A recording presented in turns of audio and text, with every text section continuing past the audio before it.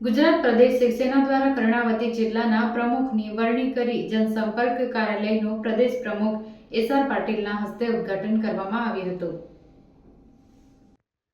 હિન્દુ હૃદય સમ્રાટ બાલાસાહેબ ઠાકરે અને આનંદ સાહેબ દીધે તેમજ મહારાષ્ટ્રના પૂર્વ મુખ્યમંત્રી એકનાથ શિંદેની વિચારધારા સાથે ગણતંત્ર દિવસ ગુજરાત પ્રદેશ શિવસેના દ્વારા કર્ણાવતી જિલ્લા જનસંપર્ક કાર્યાલયનો ગુજરાત પ્રદેશ પ્રમુખ એસ.આર. પાટીલની અધ્યક્ષતા હેઠળ ઉદ્ઘાટન સમારંભનું આયોજન કરવામાં આવ્યું હતું. આ જનસંપર્ક કાર્યાલયનું પ્રદેશ પ્રમુખ એસ.આર. પાટીલના હસ્તે ઉદ્ઘાટન કરવામાં આવ્યું હતું અને કર્ણાવતી જિલ્લા શિવસેનાના સંગઠન પ્રમુખ તરીકે પવન ડી. શર્માની વરણી કરવામાં આવી હતી.